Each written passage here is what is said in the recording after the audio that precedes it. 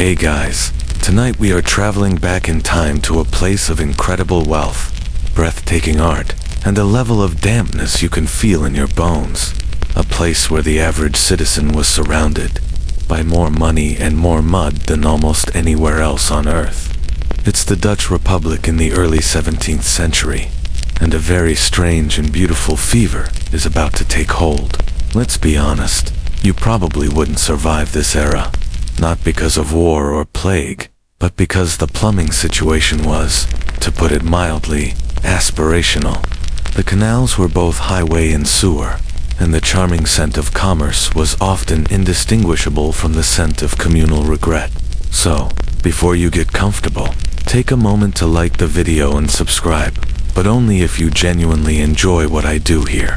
And in the comments, let me know where in the world you're listening from and what time it is there. It's always fascinating to see where these stories end up. Now, dim the lights. Maybe turn on a fan for that soft background hum, and let's ease into tonight's journey together. The first thing you notice is the quality of the light. It's a soft, pearlescent gray, filtered through a high ceiling of clouds and reflected off the dark, rippling water of the canal beside you.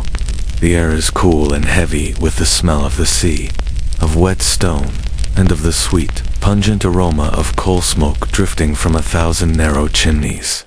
You're standing on a cobbled street in what might be Amsterdam or Harlem, sometime around 1630. The ground beneath your feet is uneven, the stones worn smooth by centuries of wooden shoes, iron-rimmed cartwheels, and the endless shuffle of a populace utterly convinced of its own success. And why shouldn't they be? This is the Dutch Golden Age. Their ships, stocky and relentless, command the world's oceans, bringing back spices from the farthest islands, silks from empires they've only heard of in whispers, and profits that are frankly a little embarrassing. The wealth is so palpable you can almost taste it in the air, a metallic temps mixed with the scent of salted fish. You pull your cloak a little tighter. It's a borrowed wool affair, heavy and smelling faintly of lanolin and rain. Your task for now is simply to walk, to observe, to feel the rhythm of this place, before it loses its mind over a flower. The houses that line the canal are a marvel of vertical ambition. They are impossibly tall and narrow, leaning against one another like a row of very respectable, slightly tipsy old gentlemen. Their brick facades are a patchwork of deep reds and somber browns, punctuated by large glass windows, a casual, almost arrogant display of wealth in a time when glass was a luxury. You crane your neck to look up at the gabled roofs, each one a unique silhouette against the silver sky. A curious detail catches your eye. A thick wooden beam juts out from the peak of nearly every gable, a sturdy hook and pulley dangling from its end. This, you realize, is how they solved the problem of their ridiculously narrow staircases. All the fine furniture, the bales of cloth, the barrels of wine, are hoisted up from the street and swung precariously through the upper windows. It seems like a system designed by someone with a great deal of optimism and a very poor understanding of gravity. You make a mental note to never, ever stand directly underneath one as you walk. The sounds of the city create a gentle, percussive symphony. The sharp clack-clack-clack of wooden shoes on cobblestone, a sound both cheerful and insistent. The low guttural murmur of the Dutch language, spoken in conversations that are all business, punctuated by the occasional hearty laugh. From the harbor, you hear the distant, mournful cry of gulls and the faint, rhythmic clang of a blacksmith's hammer. A barge piled high with peat floats silently by on the canal, its skipper poling it, along with a motion so practiced and fluid, it seems effortless. The world here feels solid, established, and deeply pragmatic. This is a society built on sober calculation and hard work. There is no time for frivolity, no room for wild speculative manias, or so it seems. You pass a small, tidy garden tucked behind a wrought iron fence. It's a practical affair. Rows of medicinal herbs, some hardy cabbages, and a few simple local flowers, marigolds and cornflowers. perhaps nodding their heads in the damp breeze. It's pleasant, but unremarkable. No one is stopping to stare. No one is whispering about the unbelievable beauty of a particular bloom. The idea of a flower being an investment, an asset more valuable than the very house it's planted in front of, is still a few years away. It's a notion that is, for now, as alien as the idea of a machine that can fly. You find yourself wondering about the lives being lived behind these tall windows. The merchants in their dark, severe clothes, counting stacks of guilders in paneled rooms. The women in their starched white caps, overseeing households with quiet, unshakable authority. Historians still wonder just how much the incredible wealth of this new republic actually permeated society. Did the baker, the cooper, the sailor mending his nets by the docks feel the golden glow of this age?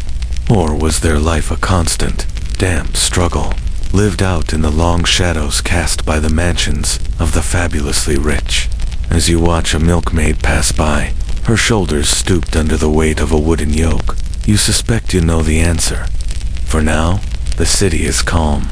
The engine of commerce hums along, steady and predictable, but a seed of change has already crossed the sea, carried in the cargo hold of a ship not so different from the ones bobbing in the harbor. It's small, unassuming, and looks a bit like a common onion, and it's about to make this very serious, very sensible city do some very, very silly things. Your walk takes you away from the noisy commerce of the main canals, down a quieter side street where the air smells less of fish and more of damp earth and money. You find yourself standing before a tall, imposing brick wall, a heavy oak gate set within it. The gate is slightly ajar, an unspoken invitation. Curiosity, a gentle tug, pulls you through. You step into the private world of a wealthy collector, a man whose fortune comes from ships and spice, but whose passion lies in the strange and the new. This is a cabinet of curiosities, but instead of shells and strange artifacts in a dusty room, this one is alive, planted in neat, geometric beds. Asterisk, the garden is meticulously ordered, a reflection of the Dutch obsession with control and classification. There are plants here from the Americas, from Asia, from lands most people in this city can only dream of. But your guide that's gently directs your attention to a small, unassuming patch of earth. There, standing in a straight, almost military row, are the newcomers. They are unlike anything else in this garden, or indeed, in this entire country. They are tulips. Asterisk, forget the sprawling, frilly, multicolored varieties you know. These first arrivals are simpler, more profound. They possess a stark, architectural beauty. A single, waxy stem rises from a cluster of broad, blue-green leaves.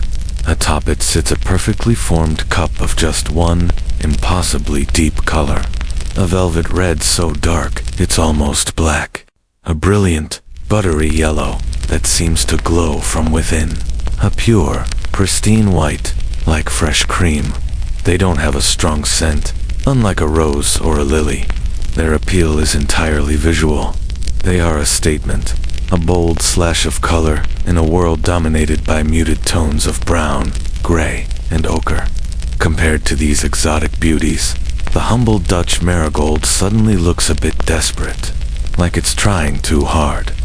Asterisk, you crouch down for a closer look, the damp soil seeping a little into the knees of your trousers.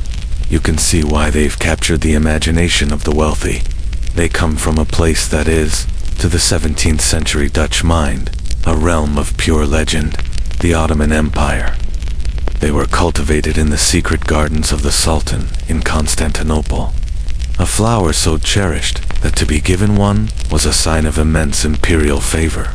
The name itself, tulip, is a beautiful misunderstanding. It's believed to be a garbled version of the Persian word dulband, or the Turkish tolband, meaning turban. Perhaps a weary European traveler pointed at one and asked what it was called, and his guide, thinking he was referring to the shape of the bloom or the turbans worn by men in the gardens, gave him the wrong word. It's a fittingly odd origin for a flower that will cause so much confusion. Asterisk. The true story of their arrival here is a bit more academic, but no less fascinating. A Flemish botanist, a brilliant but famously grumpy man named Carolus Clusius, was largely responsible. He was the head of the botanical garden at Leiden University, and had received some bulbs from a contact in the imperial court of Vienna. He planted them, studied them, and was immediately struck by their unique beauty. But Clusius was a scientist, not a businessman. He was also, by all accounts, incredibly stingy. He refused to sell or even give away his precious bulbs, guarding them like a dragon hoarding its gold. This, of course, only made people want them more. Historians still debate the exact path the first tulips took into the commercial market. Did enterprising thieves sneak into Clusius's garden at night, liberating a few bulbs from his tight-fisted grip? Or did other merchants and diplomats bring their own stock, creating a parallel, less documented stream of flowers into the country? The mystery only adds to their allure. Asterisk for now. In this quiet garden, the obsession is in its infancy. It's a connoisseur's hobby. You watch as the garden's owner, a portly man in a fur-trimmed coat, gestures at the blooms with a proprietary air. He's explaining them to a friend, another merchant. They aren't talking about money, not yet. They're talking about beauty, rarity, the subtle differences in hue between one red and another. They are collectors, driven by the quiet, intense passion of having something no one else has. They handle a dormant bulb, passing it between them. It's small, brown, and covered in a papery skin. It looks, for all the world, like a slightly disappointing onion. It gives no hint of the vibrant life, or the ruinous potential held within. Asterisk, as you stand up, brushing the dirt from your knees, you feel a subtle shift in the atmosphere. The solid, pragmatic world you walked through earlier is still there. But here, in this garden, a different kind of value is being cultivated. It's not based on weight, or utility, or how much spice you can cram into a ship's hold. It's based on desire, on novelty, on beauty. It's a fragile, irrational kind of value, and it's about to be embraced by one of the most rational, business-minded societies on the planet. The little flower from the east has found fertile ground, not just in the damp Dutch soil, but in the ambitious Dutch soul. And soon, a strange sickness in the flower itself will turn this quiet admiration into a full-blown fever. Asterisk, asterisk. You leave the orderly garden of the wealthy merchant behind, the image of those pure, single-colored tulips still fresh in your mind. They were beautiful, yes, but in a severe, controlled way. A little too perfect, perhaps. Your path now leads you to a smaller, more intimate space.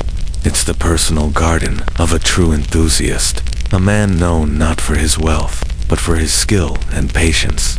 He is a leaf hebber, a lover of flowers, and his garden is less a display of status and more a laboratory of living art. He greets you with a nod and a calloused hand, his fingernails permanently underlined with the rich, dark soil of his trade. He gestures for you to follow, a conspiratorial glint in his eye. Asterisk, he leads you past rows of healthy, fun-remarkable plants to a small, sheltered bed. And there, you see it. It's a tulip, but it's utterly unlike the ones you just saw.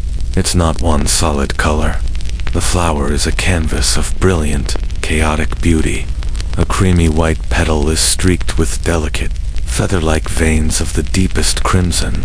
Another, a vibrant yellow, has bold licking flames of scarlet climbing from its base almost to the very tip. This isn't a simple flower. It's a masterpiece of random, exquisite design. The gardener whispers the term for it, a broken tulip. It's called this because the solid color of the petal has been broken into these intricate patterns. Asterisk, this, you learn, is the secret heart of the coming madness. The most valuable, the most desired, the most impossibly expensive tulips are not the pure, single-colored ones. It's these spectacular, unpredictable ones, and the secret to their beauty is also their weakness. They are, in a word, sick. The magnificent patterns are the result of a virus. What would one day be known as the tulip-breaking virus? It's a beautiful sickness, a magnificent fever captured in a flower. The virus infects the bulb and interferes with the plant's ability to produce a solid layer of pigment, allowing the underlying base color, always white or yellow, to show through in these stunning streaks and flames. The gardeners of the 17th century, of course, have no idea this is happening. They are centuries away from understanding virology. They just know that sometimes, by sheer luck, one of their plain, respectable tulips will bloom one spring as a breathtaking, unpredictable work of art. Asterisk it is, for them, a complete and utter mystery, and they try everything to coax this beautiful breaking to happen.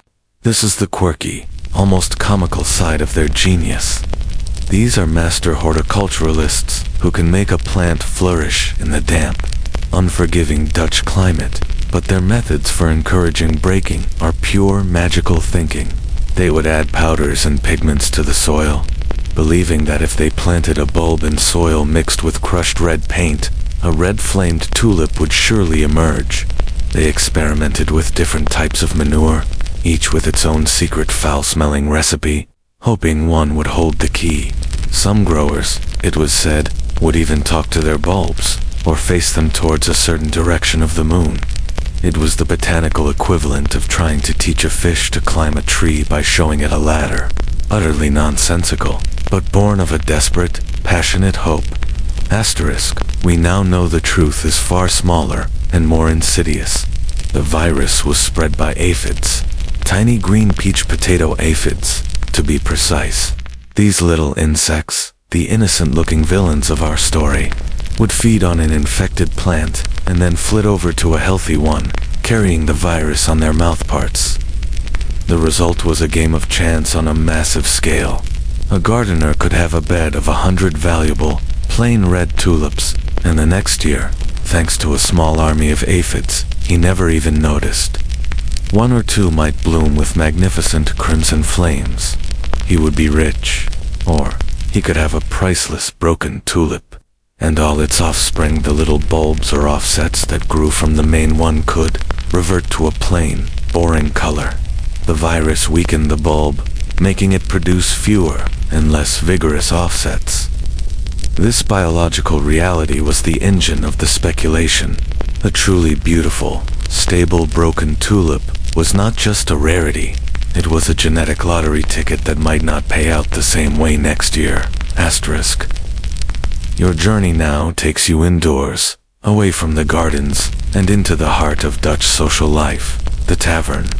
The air inside is thick and warm, a rich stew of smells, pipe tobacco, spilled beer, roasting meat, and the damp wool of 100 cloaks. The room is dark, the only light coming from a few tallow candles, and the low orange glow of a peat fire in a large hearth. It's a place of dim corners and loud conversations. The wood-paneled walls absorbing the boisterous energy of the men gathered here. These are not the high-end mighty patrician merchants you saw earlier. These are the middlemen, the speculators, the artisans, and the dreamers. And they are all talking about tulips. Asterisk, you find a seat at a rough-hewn wooden table, ordering a small beer that arrives in a heavy earthenware mug. No one pays you any mind. You are just another shadow in a room full of them. The early stages of the tulip trade didn't happen in a formal stock exchange or a grand auction house. It happened here, in places like this. It was informal, boisterous, and fueled by a not insignificant amount of alcohol. The men called it floristan colleges, or florists' colleges. A laughably grand name for what was essentially a bunch of guys yelling about flowers in a pub. The term florist at the time didn't mean a person who arranges flowers. In a shop, it meant a connoisseur, an enthusiast, a speculator in bulbs. Asterisk, at the table next to you, a deal is being made. A weaver, his hands still stained with dye, is negotiating with a baker, a dusting of flowers still visible on his eyebrows. They aren't trading gold coins or promissory notes. They are trading the bulbs themselves. The weaver pulls a small lumpy sack from his coat and carefully lays out 3 bulbs on the beer sticky table. They look unimpressive, like something you'd find at the bottom of a pantry. But the way the men lean in, their eyes narrowed in the flickering candlelight, you know these are treasures. The baker examines one, turning it over in his palm, weighing it, sniffing it, as if he could somehow divine the future flour hidden within its papery layers. Their language is a specialized jargon, a mix of poetic descriptions and hard-nosed business. They speak of flames and feathers, of roses and violets, not referring to other flowers, but to the specific patterns on the tulip petals. They talk about weight, not in grams, but in osen, a tiny unit used by apothecaries, a testament to how precious these little bulbs had become. A single oz was less than 1/20th of a gram. To weigh a bulb with such precision was to treat it not as a plant, but as a gemstone, or a dose of rare medicine. This incredibly precise measurement system for something as rustic as a flower bulb is a wonderfully quirky detail of the mania. It was a way of lending an air of scientific legitimacy and seriousness to what was, at its heart, a deeply emotional and irrational trade. You listen closer to their conversation. The weaver is trying to convince the baker that his Gouda bulb will produce a flower with an exquisite yellow base and delicate red flames. The baker is skeptical. He argues the bulb feels a little light, that its shape suggests the flames might be muddy, not crisp. It's a conversation based entirely on speculation, on hope and reputation. The bulbs are dormant. There are no flowers to see, no petals to inspect. They are buying a promise, a dream of what might bloom next spring, 6 months from now.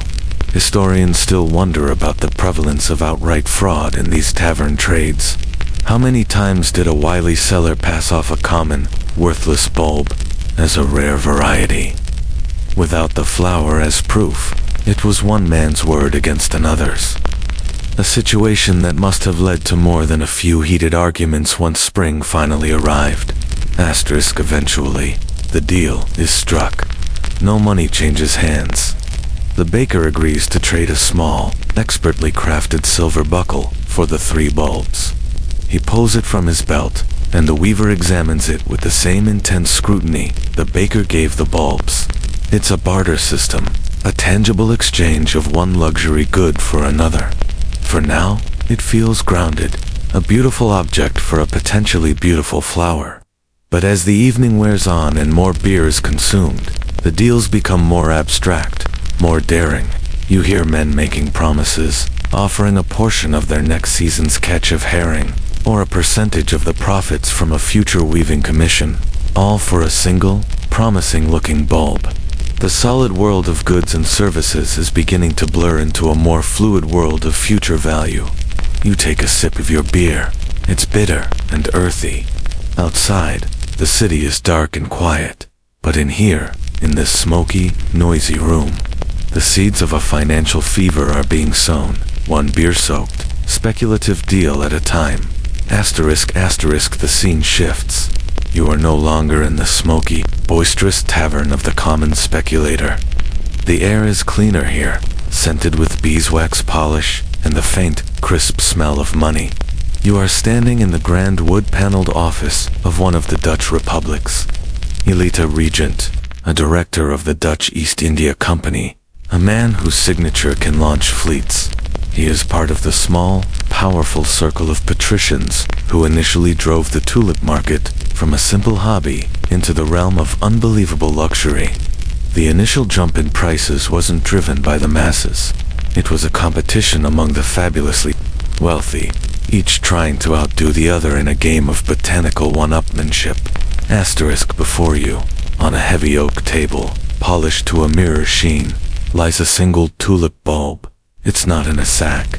It is resting in a custom-made velvet-lined box, like a piece of priceless jewelry. This is no common Gouda or Viceroy.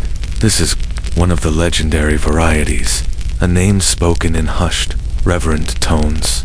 Perhaps it's a Semper Augustus or an Admiral Leifkins. The name itself is a brand, a guarantee of unparalleled beauty and extreme rarity. There were, at the peak of the mania, perhaps only a dozen bulbs of the most famous varieties in existence. Their scarcity was their magic. Asterisk, the merchant, a man with a neatly trimmed beard and clothes of sober, expensive black, is not negotiating. He is holding court. He describes the flower that will, with God's grace, emerge from this bulb in the spring. His language is no longer the rough jargon of the tavern. It's the poetic, almost reverential language of a fine art dealer. He speaks of the purity of the cup, the elegance of the flame, the perfect symmetry of the feathered pattern. He is selling a living masterpiece, an artwork created by nature and perfected by the patient hand of the master grower. He is selling status, exclusivity, and the envy of every other collector in the 7 provinces. Asterisk, you watch as the transaction takes place. This is one of the first truly extravagant purchases, a moment that will be whispered about on the stock exchange and in the back alleys of the city for weeks. The buyer, another wealthy regent, doesn't offer a silver buckle or a barrel of fish. He signs a deed, a legal document stamped with a wax seal. He is trading a substantial piece of property for this single, dormant bulb.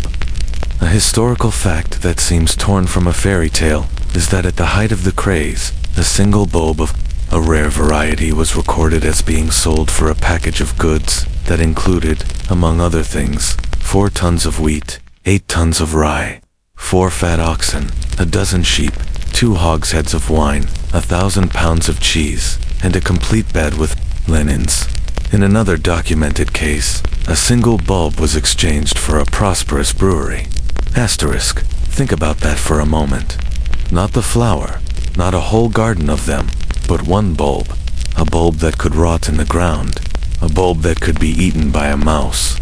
A bulb that could produce a flower that was, disappointingly, the wrong color.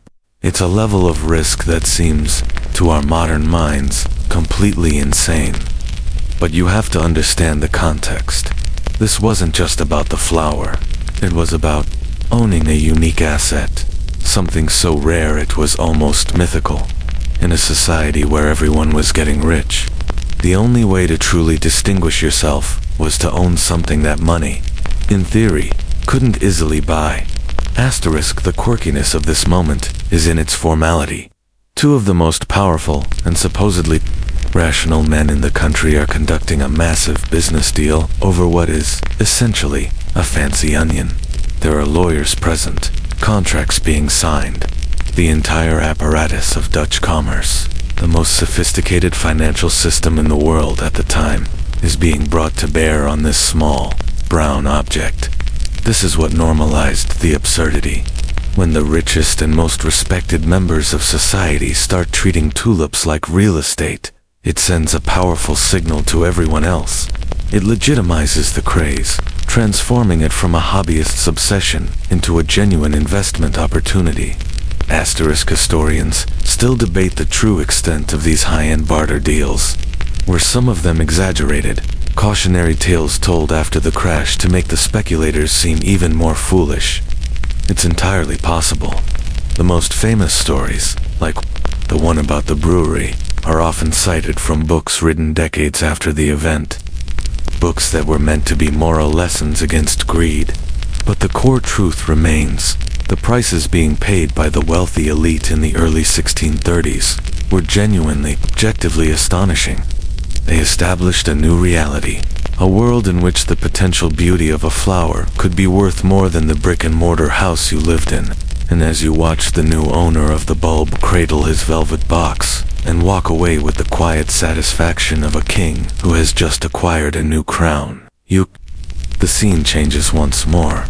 You are back in a tavern, but it's a different one now. Perhaps a few months later, deeper into the winter of 1636, the atmosphere has shifted. The energy is more frantic, the conversations sharper, more urgent. There is less hearty laughter and more tense, hushed negotiation. The reason for this change is simple. The bulbs themselves are gone.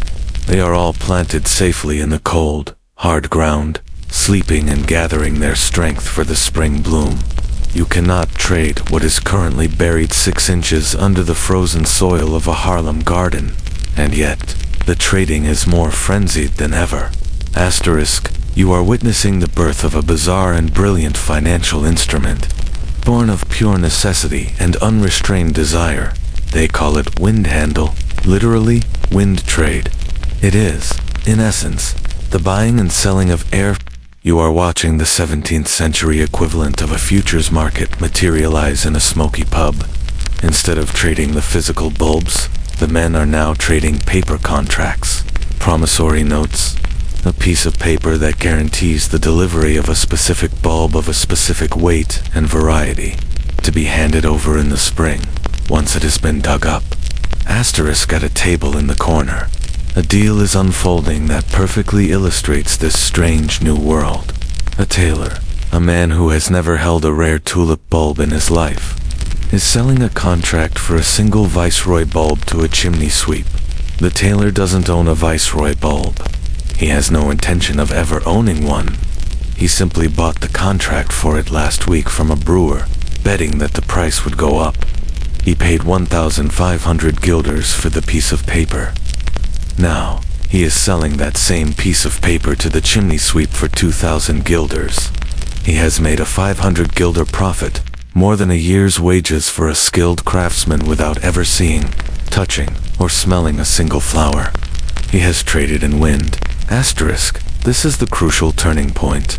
The moment the market detaches from any semblance of physical reality, it's no longer about collecting beautiful flowers.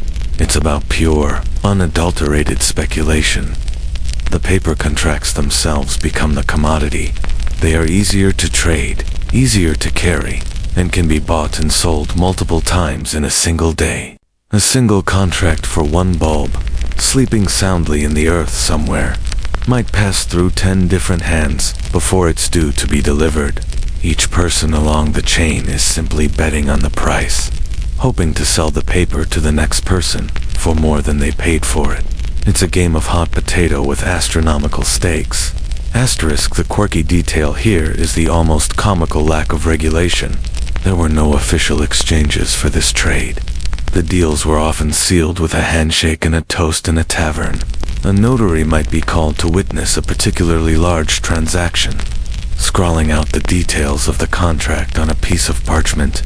But the system ran largely on a fragile combination of trust, peer pressure, and the potent lubrication of Dutch gin.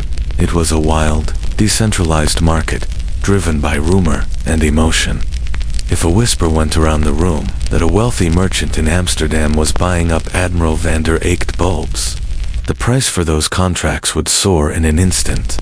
If a rumor spread that a frost had damaged the bulbs in a famous grower's field, the price might plummet. Asterisk, this shift to paper trading democratized the mania. You no longer needed the expertise to judge a physical bulb. You didn't need a garden to plant it in. All you needed was a bit of cash or even just credit and the nerve to take a risk. This is when the weavers, bakers, and chimney sweeps truly dove in, investing their life savings, mortgaging their tools and their homes, all to buy a piece of paper that represented a fraction of a flower they would never see. Historians still question how widespread this participation truly was. Was it truly a nationwide mania, affecting every level of society, as the popular stories claim? Or was it largely confined to the merchant and skilled artisan classes in a few specific cities, like Harlem and Amsterdam? The surviving evidence is patchy, often drawn from satirical pamphlets and plays written after the crash, which had every reason to exaggerate the foolishness of the common man. Asterisk, regardless of its exact scale, the effect was profound. The value of the tulips was no longer connected to the flower, or even to the bulb. It was connected to the piece of paper. It had become an abstraction, a number that only ever seemed to go up. You watch the chimney sweep carefully fold his new contract and place it in his coat, his face a mixture of terror and exhilaration. He has just bet his entire future on the direction of the wind, and for now, in the dead of winter, with the flowers still months away from blooming. The wind is blowing in only one direction, up. Asterisk, asterisk, asterisk, asterisk. You are now in a place of quiet contemplation. A stark contrast to the frenetic energy of the wind trade. It's a small, private study, lined with books and botanical prints. The owner of this room is a true connoisseur, one of the original leaf-hevers, who loved the flowers long before they became financial instruments. On his desk, illuminated by the clean, soft light from a tall window, is not a bulb or a contract, but a painting. It's a watercolor, executed with the painstaking, almost microscopic detail that Dutch artists of this era were famous for. The painting depicts a single tulip in full bloom, so lifelike you feel you could almost touch its waxy petals. This is how the most famous and valuable tulips were immortalized. Asterisk, this is your chance to admire the legends, the floral celebrities that drove the market to its most dizzying heights. These were the tulips with names that sounded like naval heroes or Renaissance masterpieces. Admiral Liefkens, General Ball, Viceroy, but the undisputed king, the most mythical and sought after of them all, was the Semper Augustus. The name alone, always August, or always majestic, speaks to its legendary status. Looking at the painting, you can understand why. It was, by all accounts, the perfect broken tulip. Its base was a pure, gleaming white, and upon that background were splashed bold, dramatic flames of a deep, blood red or crimson. The pattern was said to be perfectly symmetrical, the flames rising from the base with an elegant, unwavering grace. It was the platonic ideal of a tulip, a flower so perfect it seemed impossible that it was a product of mere chance and a virus. Asterisk. The stories surrounding the Semper Augustus are a key part of the mania's mythology. It was unbelievably rare. At the peak of the craze, it's believed there were only about a dozen bulbs in existence, all descended from a single original specimen owned by one very, very lucky man. This scarcity made it the ultimate status symbol. Owning a Semper Augustus wasn't just a sign of wealth. It was a sign that you were part of an impossibly exclusive club. One historical account, likely embellished but illustrative of the sentiment, tells of a potential buyer who offered an entire canalside estate, one of the grand, gabled houses you saw on your first walk, for a single bulb. The owner refused. The house could be bought, but the flower was, for a time, literally priceless. Asterisk. The quirkiness of this part of the story lies in these paintings, because the bulbs themselves were dormant for half the year, and the flowers only bloomed for a week or two. These watercolors became the primary way to advertise and trade the most elite varieties. A wealthy buyer wouldn't just purchase a bulb based on a verbal description. They would commission a painting of the flower it was supposed to produce. Artists who specialized in botanical illustration, like the famous Judith Leister, found themselves in high demand. These were not just pretty pictures. They were catalogs, prospectuses, visual contracts that captured the unique pattern of a particular bloom. A buyer in Amsterdam could see a painting of a tulip owned by a grower in Haarlem and make a bid based on its painted likeness. It's a strange and beautiful fusion of art and commerce, where the artist's brushstroke was a key part of the financial speculation. Asterisk. These paintings also provide a crucial record for historians, but they raise a fascinating question. How much did the artists flatter their subjects? Did they paint the ideal version of the flower, smoothing over imperfections, brightening the colors, and perfecting the symmetry of the flames to make the bulb more desirable? It's almost certain they did. They were, after all, working for their patrons. This means that the legendary beauty of a flower like Semper Augustus might have existed more perfectly on paper than it ever did in the soil. Men were potentially bankrupting themselves for a painted ideal, a slightly beautified version of reality, which is perhaps the most fitting metaphor for a speculative bubble in all of history. Asterisk. As you gaze at the delicate, confident lines of the watercolor, You feel the quiet power of these celebrity flowers. They were more than plants. They were characters in a national drama, each with its own story, its own personality, and its own jealously guarded lineage. The Viceroy was known for its subtle lilac flames on a white background, the Admiral Van Horn for its cherry red on yellow. They were the superstars, and their incredible, almost mythical values created a halo effect, pulling up the prices of all the lesser, more common tulips in their wake. Everyone hoped that their humble Gouda might one day be worth a fraction of the mighty Semper Augustus. It was a dream painted in the most brilliant colors, a dream that, for a little while longer, seemed like it could never end. You step out of the quiet study and back onto the bustling city streets. It is now the deep winter of 1636 to 1637, the absolute zenith of the fever. The changes in the city's mood are no longer subtle. The tulip craze, which began as a connoisseur's hobby and morphed into a merchant's gamble, has now spilled out into every corner of society. It's a low hum of energy that you can feel everywhere, a nervous, excited chatter that has replaced the usual sober talk of shipping routes and herring prices. The mania is no longer confined to the elite or the tavern-dwelling speculators. It has infected the entire social body. Asterisk. You walk through the market square. The usual stalls, are there selling cheese, fish, cloth, and ironware, but now, tucked in between them, are new kinds of merchants. These are the small-time tulip traders. They don't have grand offices or painted catalogs. They operate from small wooden tables, their wares consisting of a few common bulbs in a basket and, more importantly, a stack of pre-written contracts. A fishwife, her hands chapped and red from the cold, huddles with a carpenter, their heads bent over a piece of paper. She is selling him a fractional share in a Vita Krunen bulb. A common variety, but one whose price has quintupled in the last month. The carpenter isn't buying it to plant in his garden. He's buying it because he heard the price is expected to double again by next week. Asterisk. The obsession has permeated the culture in small, almost comical ways. You overhear snippets of conversation that would have been nonsensical just a year ago.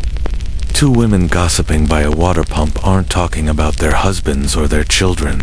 They are debating the relative merits of the potbacker versus the Lacan Van Rijn. In a print shop window, you see satirical cartoons mocking the Floriston. One depicts a weaver so engrossed in a tulip catalog that he fails to notice his loom has caught fire. Another shows a man in fool's motley, juggling tulip bulbs as if they were gold coins, with the motto, "For fools, flowers are fortunes." The art of the era reflects the madness. Still life paintings, which once featured skulls and snuffed-out candles as reminders of mortality, now often include a single, spectacular tulip, among the symbols a new kind of vanity, beautiful and fleeting. Asterisk. This is the point where people from all walks of life, those who had the least to spare, were drawn in. Foreign sailors fresh off the boat from a long voyage would be baffled to find that the talk in the dockside taverns was not of women or wages, but of flower bulbs. Farmers were said to be selling their livestock, artisans their tools, homeowners their properties, all to get in on the game. A particularly telling historical fact is the way the plague may have played a role. The Netherlands had recently suffered a devastating outbreak of bubonic plague, which had killed a significant portion of the population. Some historians argue this created a kind of fatalistic recklessness. If life was so fragile and could be snuffed out at any moment, why not take a wild gamble? The plague also created a sudden influx of inheritances, giving people unexpected cash and a desire to see it grow quickly. It's a grim but plausible theory, the shadow of death fueling a frantic obsession with life, beauty, and instant wealth. Asterisk. The most peculiar and perhaps tragic aspect of this peak moment is the absolute, unshakable belief that the prices would continue to rise forever. The logic was circular and self-fulfilling. Prices were high because everyone believed they would go higher. and everyone believed they would go higher because prices were high. People developed fantastically optimistic theories to justify the craze. One popular idea was that wealthy buyers from other European kingdoms, particularly France, were on the verge of entering the market. Once they did, the demand would become truly infinite, and the prices would climb to the moon. This rumor, that foreign money was just around the corner, is a classic feature of almost every speculative bubble in history. Historians still debate whether there was any truth to these rumors of foreign interest. While some tulips were certainly exported, there's little evidence to suggest a wave of foreign buyers was ever poised to enter the Dutch market on a scale that would have supported the absurd prices. It was, most likely, just wishful thinking, a comforting story the speculators told one another as they placed ever more daring bets. Asterisk, you watch as the carpenter shakes the fishwife's hand. The deal done. He walks away, clutching his small, precious piece of paper, a look of profound hope on his face. He believes he has just secured his family's future. He cannot see that he is standing at the very peak of the mountain, and that the ground beneath his feet is beginning to crumble. The entire city is gripped by this shared delusion, a beautiful, fragile, and impossibly dangerous dream. Asterisk, asterisk, your journey now leads you to a collection of anecdotes. The small, strange stories that crystallized around the mania like frost on a window pane. These are the tales that were told and retold in pamphlets and plays for decades, even centuries, after the crash. They may be exaggerated, or even entirely apocryphal, but they reveal a deeper truth about the absurdity of the time. They are the human-scale comedies and tragedies that happen when an entire society temporarily misplaces its common sense. Asterisk, you find yourself in the kitchen of a wealthy merchant. It's a warm, bustling place, filled with the clatter of copper pots and the smell of baking bread.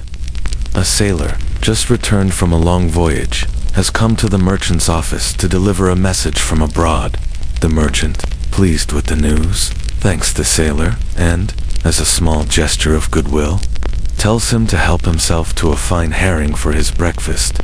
The sailor, a simple man, unacquainted with the strange new fashions of the land, sees a small, onion-like object sitting on a counter, thinking it is a rare type of onion from the Levant, perfect to accompany his fish. He pops it in his pocket. He goes down to the docks, enjoys his breakfast, and happily eats the onion with his herring, finding it rather tasteless. You can already guess the punchline. The object he just consumed was not an onion. It was a Viceroy tulip bulb, worth approximately 3,000 guilders, enough to feed an entire ship's crew for a year. The story goes that the merchant, upon discovering the loss, was so distraught he had the sailor thrown in prison. Asterisk, this story, the most famous of all tulip blunders, perfectly captures the disconnect between the bulb's perceived value and its physical reality. To the sailor, it was a disappointing root vegetable. To the merchant, it was a fortune. It highlights the central, comical tragedy of the bubble. The value was not inherent in the object itself. It was a collective hallucination, a spell that could be broken the moment someone failed to believe in it. Asterisk, now, let's visit another scene. You are in a beautifully manicured English garden, belonging to a wealthy botanist. This gentleman is an avid collector of rare plants, and a Dutch friend has sent him a package of exotic specimens from Holland. Among them is a newly arrived tulip bulb, still a great novelty in England. The botanist, a man of science, is fascinated. He carefully dissects the bulb, layer by layer, hoping to understand its mysterious internal structure. He sketches it, takes notes, and feels he has had a very productive afternoon of scientific inquiry. It is only later, when his Dutch friend writes to him, that he discovers he has just calmly vivisected a plant that could have paid his gardener's salary for a decade. This tale illustrates how contained the mania was, geographically, just across the North Sea. The object of this insane Dutch obsession was still just a botanical curiosity, something to be cut up in the name of knowledge. Asterisk, these stories, while possibly fictional, are what historians call schema. They are archetypal tales that a culture tells itself to make sense of a confusing event. One quirky and recurring theme in these stories is the comparison of the tulip bulb to an onion. This wasn't just a coincidence. It was a way of emphasizing the foolishness of the speculators. The onion was the most common, the most humble, the most terror-inducing of vegetables. To mistake a treasure for an onion was the ultimate act of ignorant folly, and to pay a fortune for something that so closely resembled one was the ultimate act of sophisticated folly. Historians still debate the veracity of these specific tales. The story of the sailor and the herring, for instance, appears in a book written long after the crash, and it has all the hallmarks of a well-polished urban legend. There are no court records of a sailor being imprisoned for eating a tulip bulb, but whether it happened exactly as told is almost beside the point. The story resonated because it felt true. It captured the popular perception of the mania as a time when the ordinary world was turned upside down, when the lines between the priceless and the worthless became hopelessly blurred. It's a world where a man could literally eat a house for breakfast and not even enjoy the taste.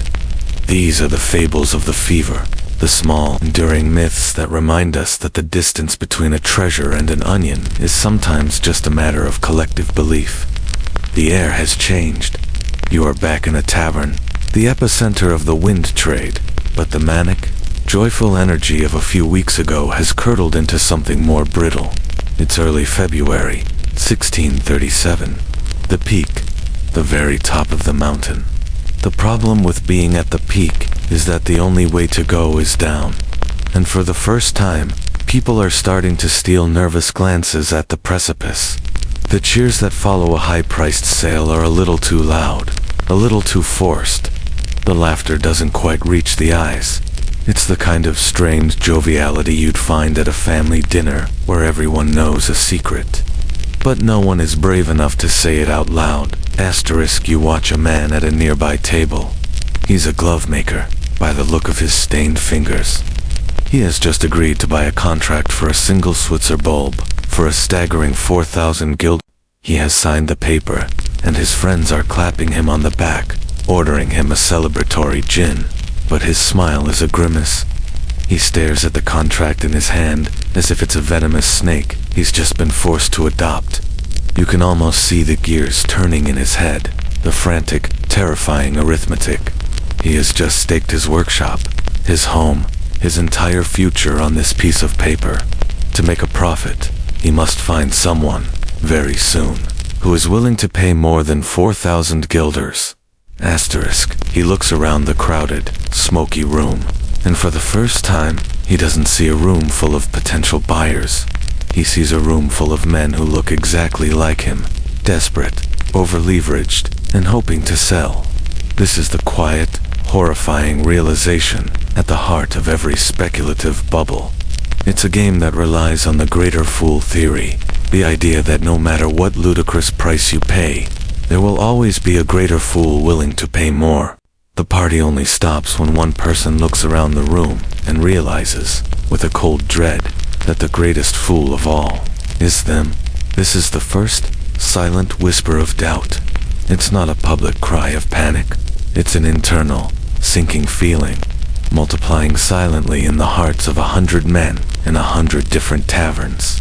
The voices of reason, which had been easily ignored for months, are suddenly a little harder to block out. The stern Calvinist preachers have been thundering from their pulpits for a year now, calling the tulip trade a form of idolatry, a mockery of God's creation, and, worst of all, gambling. Satirical pamphlets, known as fool's literature, are being passed around, their sharp-witted cartoons and essays becoming uncomfortably resonant. These critics point out the obvious, damning truth. Not a single stiver of real, tangible value is being created. No ships are being built, no cloth is being woven, no land is being farmed. It's just money, or rather, the promise of money, being passed from one hand to another in an increasingly dizzying circle. This is a game of make-believe, and someone has just reminded the players that the bell is about to ring for the end of recess. Asterisk, a quirky and very human detail of this moment is the immense social pressure to remain optimistic. To voice doubt was to be a coward, a pessimist, a fool who just didn't get it. You see it happen. A young man, having had one too many beers, mutters to his friend, "But what if the prices don't rise next week?" A heavy silence falls over their table. The friend claps him on the shoulder, a little too hard. "Don't be a fool," he says, his voice loud enough for everyone to hear. "The prices always rise." Everyone nods in vigorous, slightly panicked agreement. It's a fragile piece of social theater. They are all actors in a play called Everything is Fine, and no one wants to be the one who forgets their lines. Asterisk historians still wonder what, precisely, was going through the minds of the big players at this moment. Did the seasoned merchants, the men who truly understood markets, see the end coming? Some almost certainly did, and were quietly, carefully selling off their contracts, cashing out before the music stopped. But for many, the momentum was just too powerful to resist. The human brain is notoriously bad at spotting the end of a trend it's profiting from. The belief that this time it's different is a powerful sedative. So they stayed in, perhaps telling themselves one more week, one more sale, and then they would get out. The air in the room is thick with this unspoken tension, this collective high-stakes game of chicken. Everyone knows a correction is coming. The question that hangs unspoken in the smoky air is not if, but when. And what will the trigger be? What tiny, insignificant event will be the pin that finally pricks this magnificent, shimmering bubble?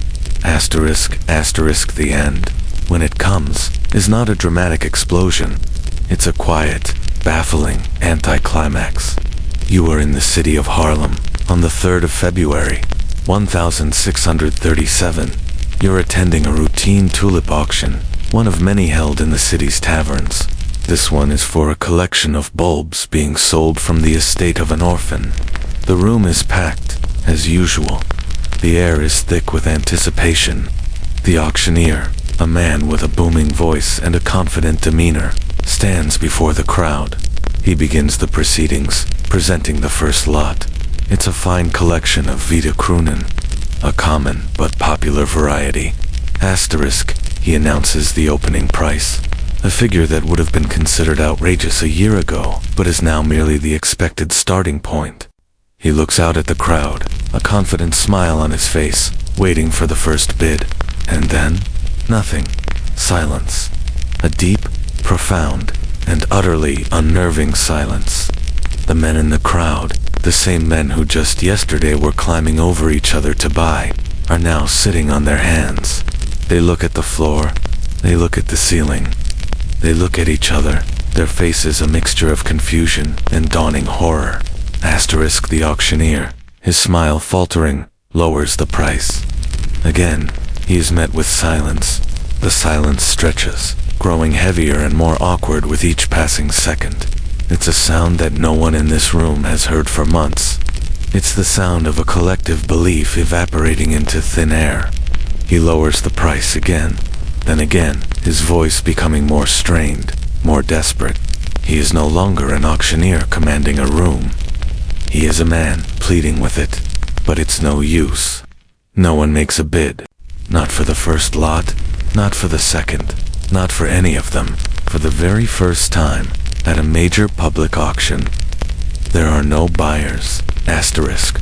The reason for this sudden, collective paralysis is beautifully, tragically simple. Everyone in the room had come to sell, not to buy. Each man was holding his own portfolio of hugely inflated tulip contracts, and had come to the auction hoping to offload them onto the next greater fool. The horrifying realization that dawned in that silent room was that the supply of fools had, finally, run out. The chain had broken. The spell was shattered. The emperor, everyone suddenly noticed, was not wearing any clothes. Asterisk, the quirky detail of this moment is the sheer bewilderment of it all. There was no single piece of bad news, no government intervention, no disastrous crop failure that triggered the crash. The market simply collapsed under the weight of its own absurdity. It was a crisis of confidence, a purely psychological event. One historian described it as a plague of fear, spreading through the room as quickly and silently as the bubonic plague had spread through the city a year earlier. You can see the contagion in the men's eyes as they exchange nervous, questioning glances. The thought process is visible. Asterisk, if he's not buying, why should I? But if I'm not buying, and he's not buying, then who is left to buy from me? It's a feedback loop of panic, a self-reinforcing spiral of doubt that, once it begins, is impossible to stop. Asterisk, the auction dissolves in confusion. Men who walked in believing they were wealthy beyond their wildest dreams are now standing up, their faces pale, a cold sweat on their brows. They don't fully understand what has just happened. They just know that the paper contracts in their pockets, the ones they believed were as good as gold, might now be worthless. They shuffle out of the tavern, not with the usual boisterous shouts and backslapping, but in a kind of stunned, silent procession. The usual sounds of the city, the clatter of shoes on cobblestones, the distant cry of gulls seem unnaturally loud in the vacuum left by the collapse of their shared delusion. Asterisk, historians still debate the significance of this specific auction in Harlem. Was it truly the single event that pricked the bubble? Or was it just one of many similar events happening across the country around the same time? It's hard to say for certain. News traveled slowly in the 17th century, but the Harlem auction has become the symbolic epicenter of the crash. The quiet, chilly room where the music finally, definitively stopped. It was the moment the wind trade ran out of wind. As you watched the last speculator leave the tavern, his shoulders slumped in defeat. You are struck by the profound fragility of it all. A mania that took years to build, a financial edifice that seemed to touch the sky, was brought down in a matter of minutes by a simple, terrifying silence. The silence of the auction room gives way to a rising tide of frantic whispers. The news of the failed auction in Harlem begins to spread, slowly at first, then with increasing speed. You are now a traveler, moving from city to city, following the path of the panic as it ripples across the Dutch Republic. It travels at the speed of a trotting horse or a sailing barge, a decidedly 17th century pace, but its impact is devastatingly modern. Asterisk, your first stop is a posting inn on the road between Harlem and Amsterdam. It's a place where travelers and merchants stop to rest, exchange news, and warm themselves by the fire. A man, his face flushed and his clothes spattered with mud from the road, has just arrived from Harlem. He is the bearer of the bad news, and a small crowd gathers around him as he recounts the story of the silent auction. At first, his words are met with disbelief, even anger. The listeners, many of whom have their own fortunes tied up in the tulip market, accuse him of spreading malicious rumors. It's a temporary dip, one man insists, his voice a little too loud. A moment of hesitation. The market will recover by next week. Asterisk, but the seed of doubt has been planted. You see it in their faces as they process the information. A man who was laughing moments before is now staring into his beer, his expression grim. Another quietly gets up and leaves the inn, presumably to send a message to his broker or business partner. The panic is not a loud, screaming affair. It's a quiet, internal corrosion of confidence, spreading from person to person through hushed conversations and worried glances. Asterisk, you continue on to Amsterdam, the financial heart of the nation. Here, the news has already arrived, and the mood on the bourse, the world's first stock exchange, is tense. The tulip trade wasn't officially conducted here, but the same men who traded in East India Company shares were deeply involved in the flower speculation. Now, they are trying to sell, and they are finding no takers. Prices are in free fall. A contract for a Semper Augustus that might have been valued at 5,000 guilders a week ago is now being offered for 3,000, then 1,000, and still, no one will buy. The value is not just decreasing, it is evaporating. A quirky but important detail of this phase is the sheer lack of information. There was number 20, 4-hour news cycle. No market data flashing on a screen. All anyone had to go on were rumors, letters, and the word of mouth from travelers. This information vacuum made the panic worse. In the absence of hard facts, people assumed the worst. Every traveler from Harlem was a prophet of doom. Every delayed letter was assumed to contain catastrophic news. The market was crashing in a fog of uncertainty. Asterisk you travel south, to the smaller cities of Delft and The Hague. By the time the news reaches these places, it has grown and mutated.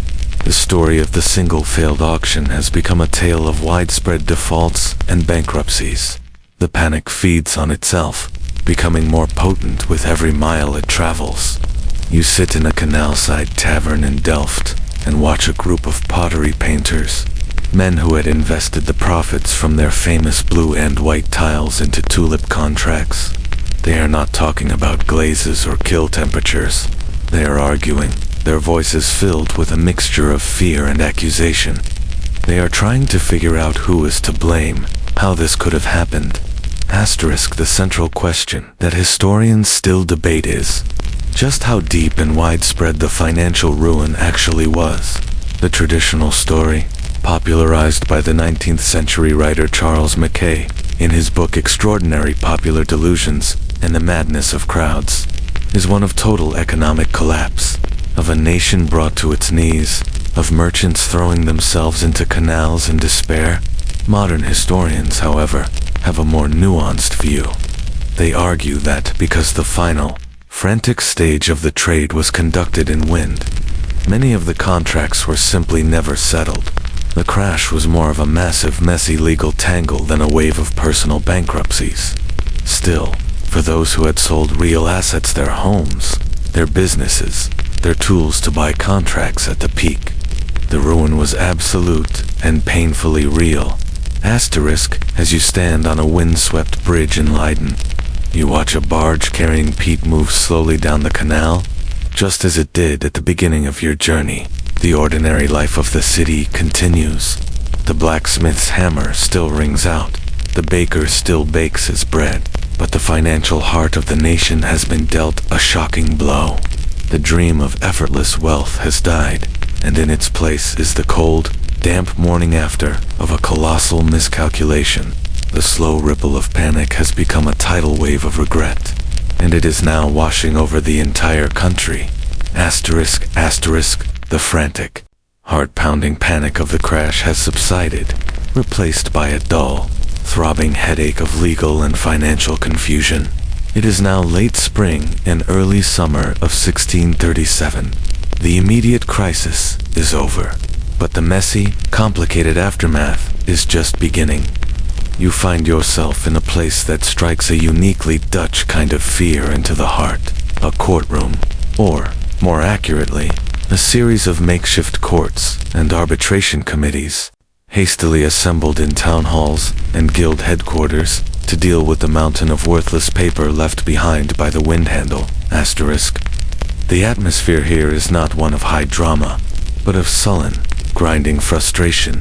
The room is filled with men who, just a few months ago, were slapping each other on the back and dreaming of riches.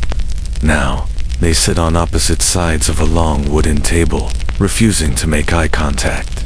On one side is a seller, a man clutching a contract that promises him, say, 4,000 guilders for a tulip bulb. On the other side is the buyer, the man who agreed to pay that price, but now finds himself in possession of a bulb that is worth, at best, a tiny fraction of that amount. He is refusing to pay. Asterisk. This is the central legal conundrum of the aftermath. What is the status of these contracts? A deal is a deal, a cornerstone of the Dutch economy, but these were not ordinary deals. The buyers argue that they were gambling debts, which were legally They claim they were victims of a collective madness, a temporary insanity that should not be held to the same standard as a legitimate business transaction. The sellers, of course, disagree. They argue that a contract is a sacred promise, and that the buyer's remorse is no legal defense. They want their money. Asterisk, you listen to the arguments, a microcosm of the debate raging across the country. A baker who sold a contract for a general ball is trying to get a cooper to honor the deal. You shook my hand, the baker says, his voice trembling with indignation. You drank gin to seal the bargain. The cooper, his arms crossed stubbornly, just shakes his head. I'm not paying the price of a house for an onion, he mutters. It's madness. The judges, a panel of wary-looking city magistrates, look exhausted. There is no legal precedent for this. They are making it up as they go along. Asterisk, a quirky and telling detail is how the language around the tulips has changed. The poetic art dealer vocabulary of the peak is gone. No one is talking about the purity of the cup or the elegance of the flame anymore. Now, the bulbs are referred to with contempt. They are worthless weeds, stinking roots, fool's gold. This linguistic shift reveals the deep sense of shame and betrayal the speculators felt. They weren't just angry about losing money. They felt personally tricked, seduced, and abandoned by the very flowers they had once worshipped. Asterisk, ultimately, the courts and the government were deeply reluctant to enforce the contracts at their original, insane values. To do so would have triggered a wave of genuine bankruptcies, potentially destabilizing the entire economy.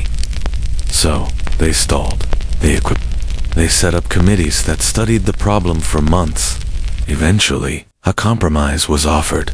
Most contracts could be voided if the buyer paid the seller a small option fee, typically around 3 to 10% of the contract's original value. It was an attempt to split the difference, to let everyone walk away with some losses, but without complete and total ruin.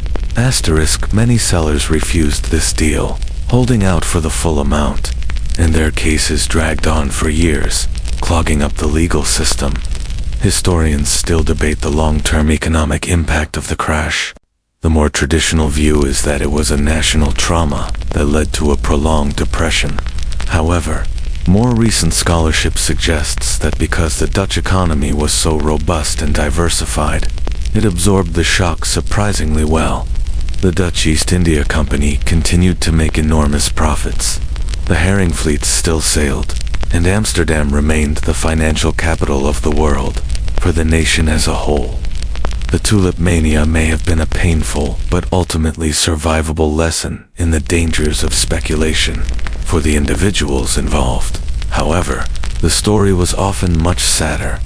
Friendships were broken, reputations were shattered, and families lost their life savings. Asterisk, as you watch the baker and the cooper leave the courtroom, still arguing, you realize that the most profound damage was not financial, but social. The crash shattered the trust that held the informal world of the tavern trade together.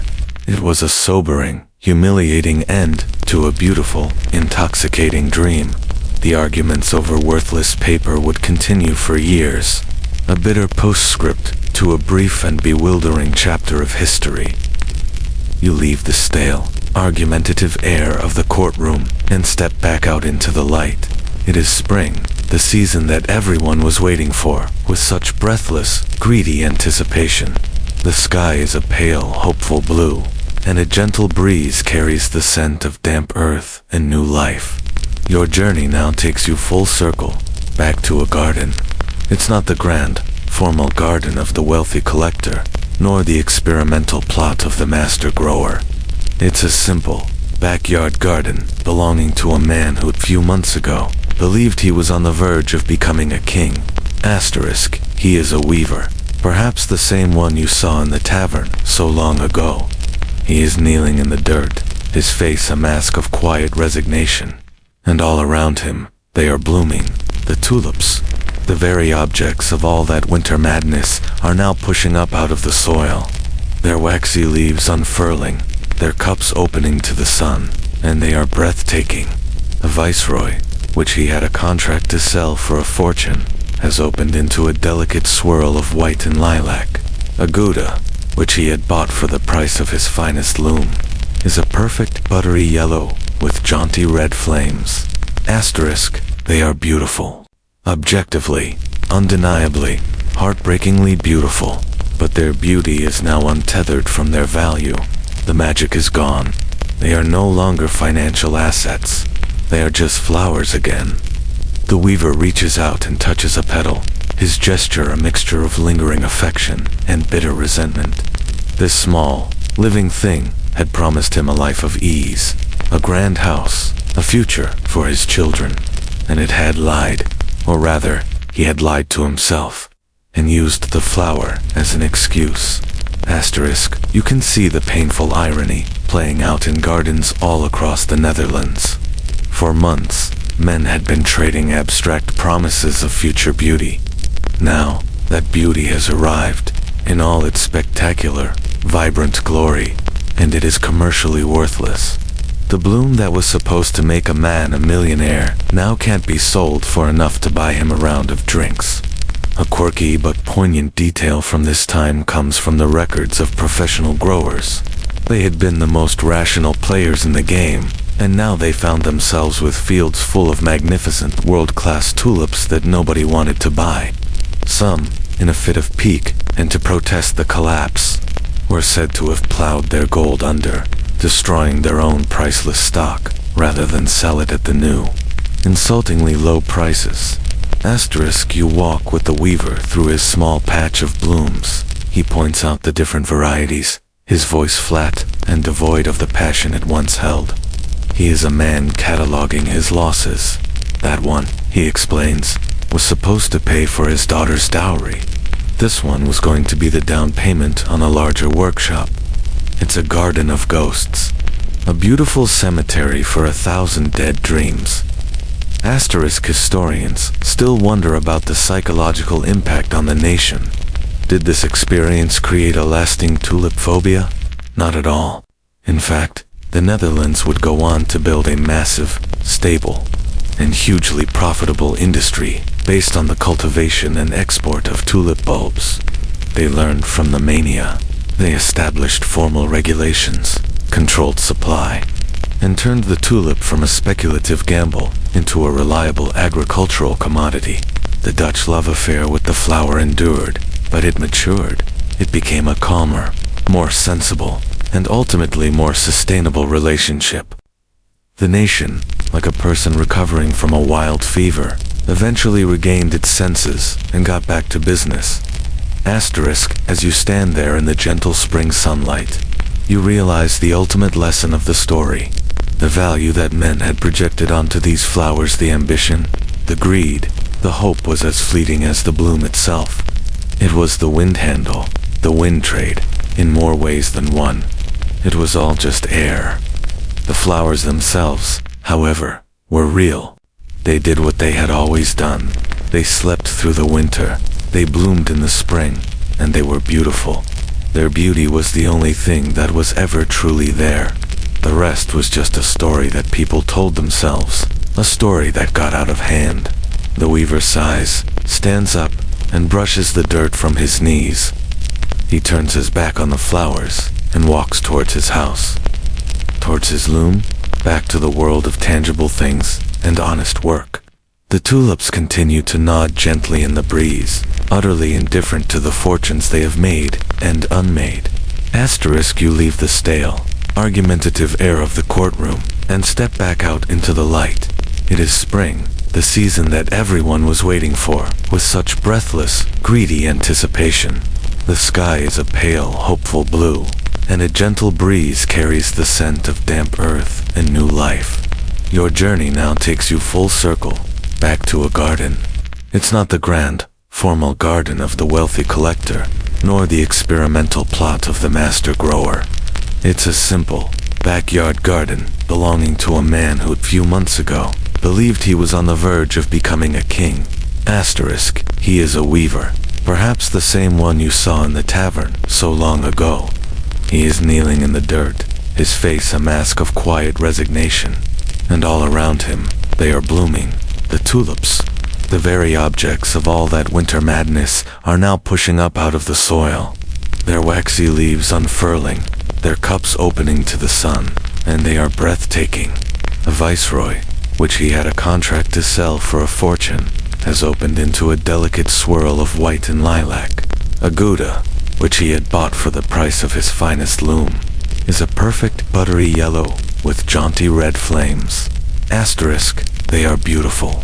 Objectively, undeniably, heartbreakingly beautiful, but their beauty is now untethered from their value. The magic is gone. They are no longer financial assets. They are just flowers again.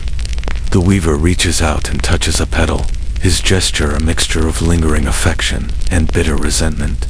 This small, living thing had promised him a life of ease, a grand house, a future for his children, and it had lied, or rather, he had lied to himself, and used the flower as an excuse. Asterisk, you can see the painful irony playing out in gardens all across the Netherlands. For months, men had been trading abstract promises of future beauty.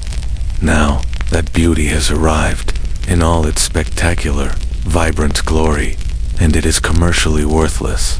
The bloom that was supposed to make a man a millionaire now can't be sold for enough to buy him a round of drinks. A quirky but poignant detail from this time comes from the records of professional growers. They had been the most rational players in the game, and now they found themselves with fields full of magnificent world-class tulips that nobody wanted to buy.